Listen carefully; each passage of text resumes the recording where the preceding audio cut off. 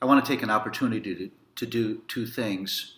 First, to express my deep appreciation for uh, the prayers and concern of those of you literally around the world as I've been sick. And I want to take the opportunity to update you in terms of my condition. 2 weeks ago, I went to the hospital because I was experiencing symptoms that I knew I couldn't ignore, not having any idea of the seriousness of my condition.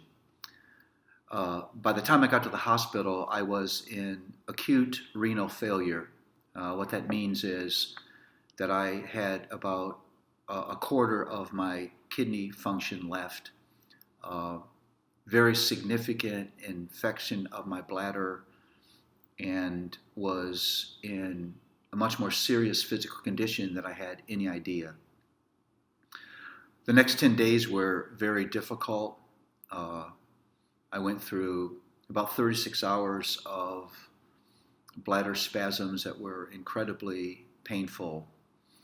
And it really wasn't until after being released from the hospital and receiving some aftercare that my diagnosis came clear and I realized how serious my condition actually was.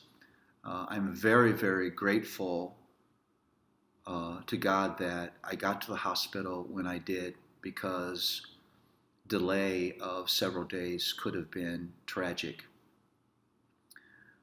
Presently, I'm still recovering. I don't have my full kidney function back. I'm still taking powerful antibiotics to get rid of that infection that is very important to be beyond. And I'm needing to drink constantly to flush my system so that the kidneys can return to health.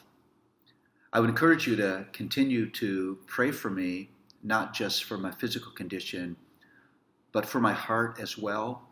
Uh, I'm not a man who is given to discouragement or fear, but I've experienced both of those during this period of time. Uh, I want to be a man who lives and believes the gospel that I teach and preach.